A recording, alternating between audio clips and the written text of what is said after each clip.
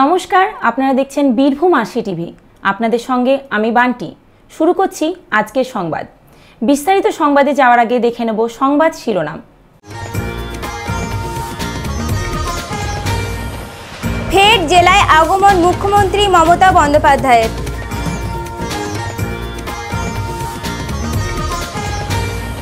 আদিবাসী সম্প্রদায়ের স্মারকলিপি জেলা শাসককে।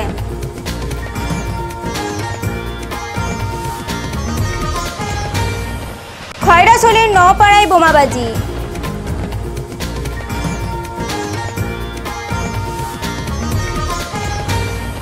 রাজনগরে শিক্ষণ প্রশিক্ষণ শিবির।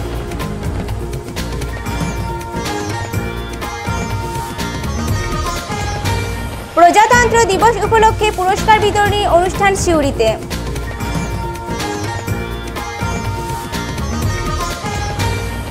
ফের ক্লাবগুলিকে অনুদান দিল রাজ্য সরকার।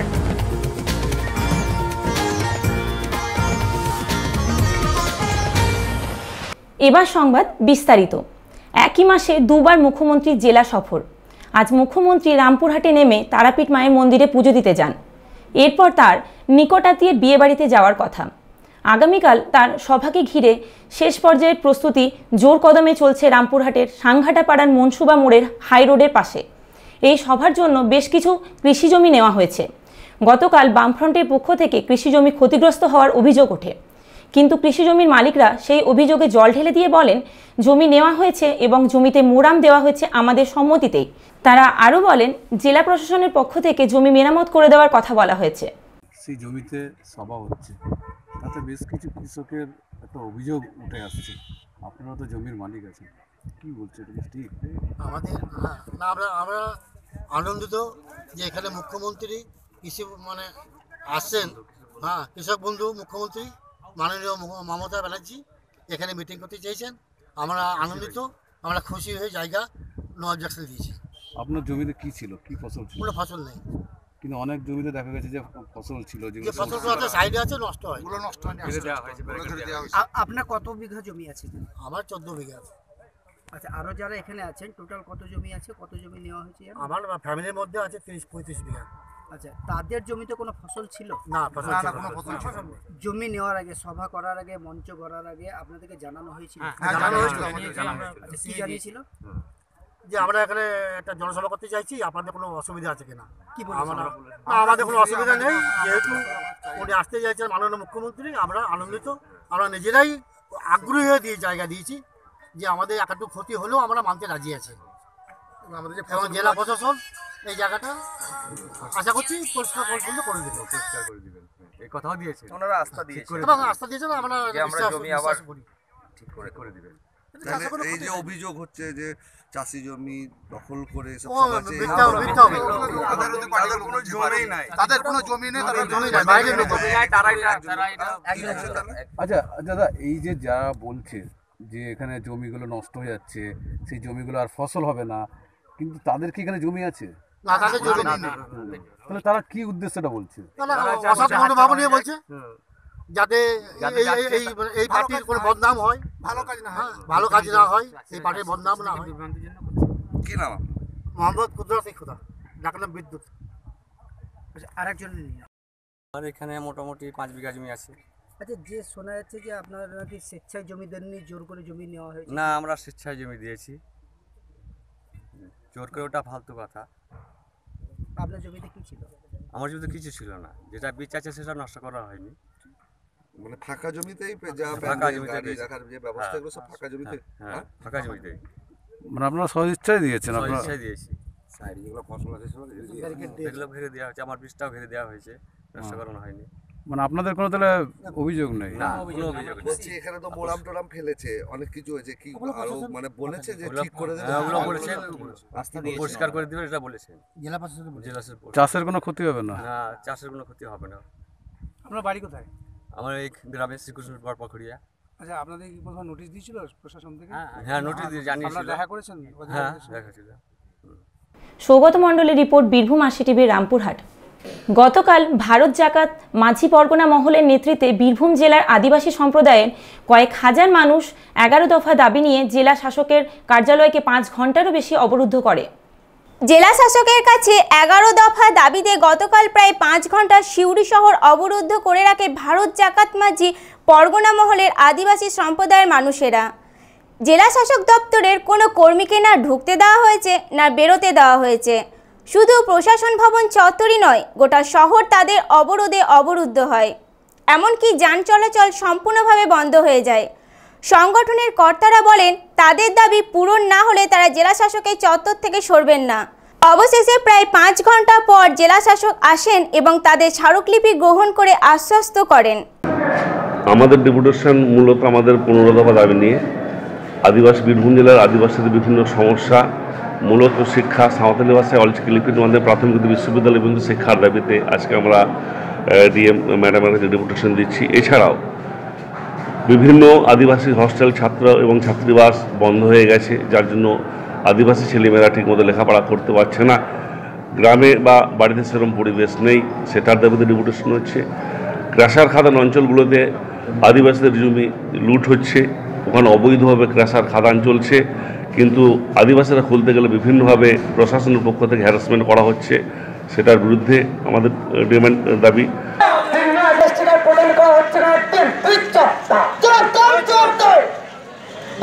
আমাদের কাছে দেখা না করা পর্যন্ত অনির্দিষ্ট করার জন্য এই ধর্মঘট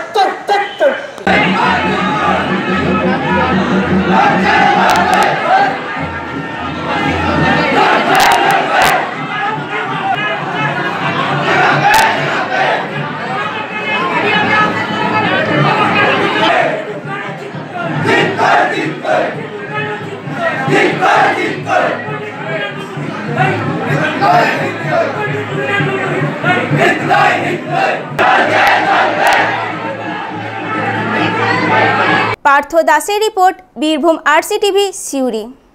গতকাল সন্ধ্যা নামতেই খয়রাশাল ব্লকের নওপাড়া গ্রাম বোমার বিকট আওয়াজে কেঁপে ওঠে। এদিন 200-র অধিক বোমা বিস্ফোরণ হয়।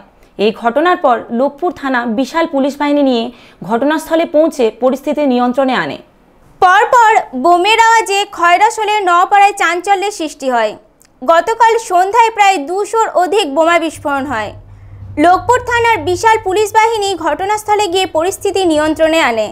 এলাকায় চলছে পুলিশি টহলদারি। ঘটনাস্থলের কাছেই রয়েছে নওপাড়া প্রাথমিক বিদ্যালয় ও হাই মাদ্রাসা। আতঙ্কে পড়ুয়ারা কেউ স্কুলমুখী হয়নি। স্থানীয় বাসিন্দা শেখ শরফুদ্দিন ও তার বোন সাজেদা বিবি জানান, দুষ্কৃতীদের বোমার আঘাতে তাদের গোয়ালঘর ফেটে যায়। স্থানীয় চা দোকানের মালিক রেশমা বিবি ক্ষোভ প্রকাশ করে বলেন, বোমার আঘাতে তাদের দোকানে শাটার ফুটো হয়ে গিয়েছে। এই ঘটনায় এলাকার মানুষ অতিষ্ঠ। এখানে ঝামেলা হচ্ছে, ঝামেলার পরে বোমা ছড়াছড়ি হয়েছে। ছড়াছড়ি হয়ে পরে কে যে মেরেছে ওটা বলতে পারবো না, ঠিক আছে। কিন্তু এরকম যে গরুয়ারে বাঁধা ছিল, ভাগ্য ভালো গরুওয়ালাও মারা যায়নি, নাহলে কত ক্ষতি হতে গেলা। তো এই দেখো এই বস্তাতে আর সব তো বোম পড়ে রয়েছে, ছুটি পড়ছে। কখন সেটা? রাত্রে হবে। কটার সময়? তাও 8টা, 8:30, 8টাও হবে এরকম। এবার রাত্রেবেলা সব বিছানা সব ঘুমিয়ে আছে। এবার কে মেরেছে কিন্তু বলতে পারবো না, ঠিক আছে। আমাদের এটি দুষ্টপালা। পুলিশ এসেছিল? পুলিশ এসেছিল অত দেখি নাই তো, বাড়িতে সব ঘুমাইছি। এবার কি করে যাওয়ার বলছে, কোথায় ছোটাছুটি করছে না করছে, সবাই তো ঘরে আছে। আপনার নাম? সাজেদা বিবি। করে তখন 6টার সময় করে আমরা আমার স্বামী দোকান বন্ধ করে চলে যাই। তখন আমরা দেখি 6টা ছেলেরা এখানে নিয়ে বোমাবাজি করে। তখন আমরা বোমাবাজি করতে দেখি বলে ভয়ে আমরা চলে যাই। আমরা এখানে চা বিচে খাই, আমার স্বামী চা বিক্রি করে, তা তার সাথেও এইটা এরকম করেছে। তা আমরা তখন করি নাই, আমরা তখন চলে যাই। তখন আমরা দেখি ওই যে লালবাবু আর ওই আজিম, তাজিম, ওরা এখানে লাফাইছিল। আর ওই যে আব্বাস, ওই 4টা লোকে লাফাইছিল এখানে, নিয়ে গেলে ওরাই ভাঙচুর করেছে। তা আমরা তো ওদের কোনো করি নাই। তা আমাদের দোকানে ভাঙাচুরা কেন করবো ওরা? তখন তো আমরা তো, আমার স্বামী তো বোমাবাজি করতে যাই না। আরও তো অনেক লোকেরা ছিল, তারা করেছে না করেছে ওরা তো ওকে দেখেনি। ও তখন ভয়ে পালিয়ে যায়। তখন আমি রাত 8টায় এসে দেখি যে আমার ভাঙাচুরো রয়েছে। আমি তখন আসিনি, আমরা তখন চলে গিয়েছি বোমা ওয়াই শুনে আর করে।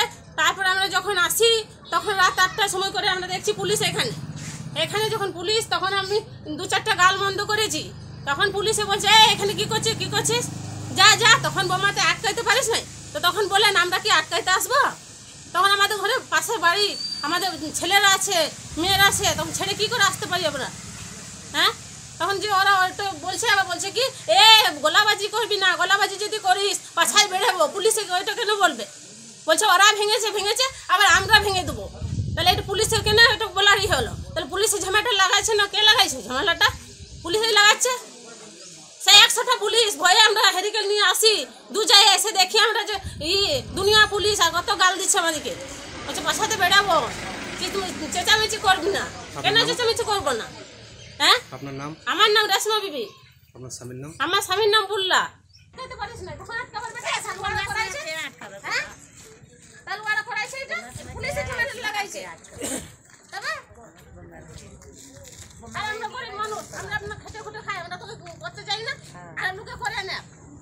যারা করে তারা করবে, আর কোনো করতে চাই না আমরা ঝামেলাতে, কষ্ট করে চা বিছে খায়, আর এই ভাঙাচুরো করবে, এই করবে, এগুলো কে দেখে নিবে?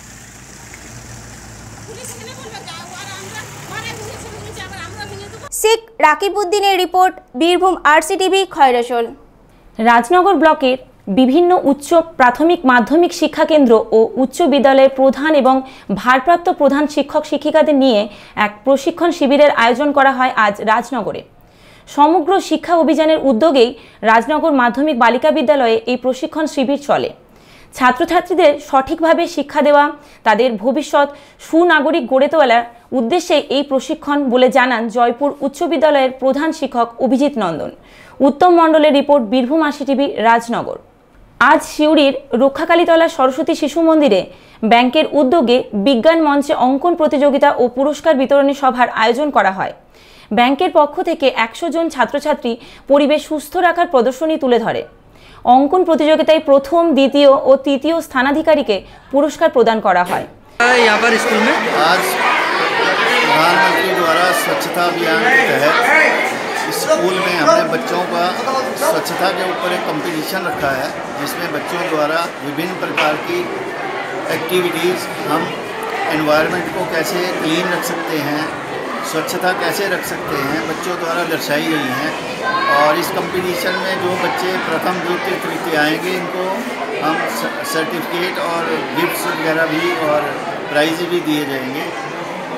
प्रधानमंत्री द्वारा 16 जनवरी से 31 जनवरी तक यह अभियान चलाया जा रहा है, जिसमें हमारा बैंक सभी शाखाओं में ये एक्टिविटी कर रहे हैं, ताकि प्रधानमंत्री के स्वच्छता कार्यक्रम को और आगे बढ़ाया जा सके और देश को स्वच्छ भारत में सबसे स्वच्छता के क्षेत्र में सबसे ऊपर ले जाया जा सके।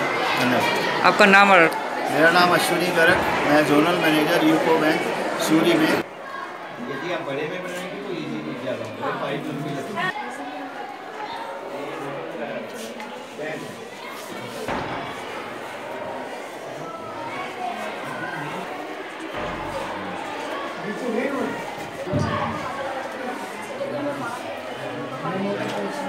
পার্থ দাসের রিপোর্ট, বীরভূম RCTV, সিউড়ি। রাজ্য সরকারের পক্ষ থেকে রাজ্যের পাশাপাশি বীরভূম জেলার ক্লাবগুলিকে অনুদান দেওয়া হয় আজ কলকাতা নেতাজি ইন্ডোর স্টেডিয়ামে। দুবরাজপুরের 35টি ক্লাবকে অনুদান দেওয়া হয়। নতুন ক্লাবগুলিকে 2 লক্ষ টাকা এবং পুরনো ক্লাবগুলিকে 1 লক্ষ টাকা করে প্রদান করা হয়।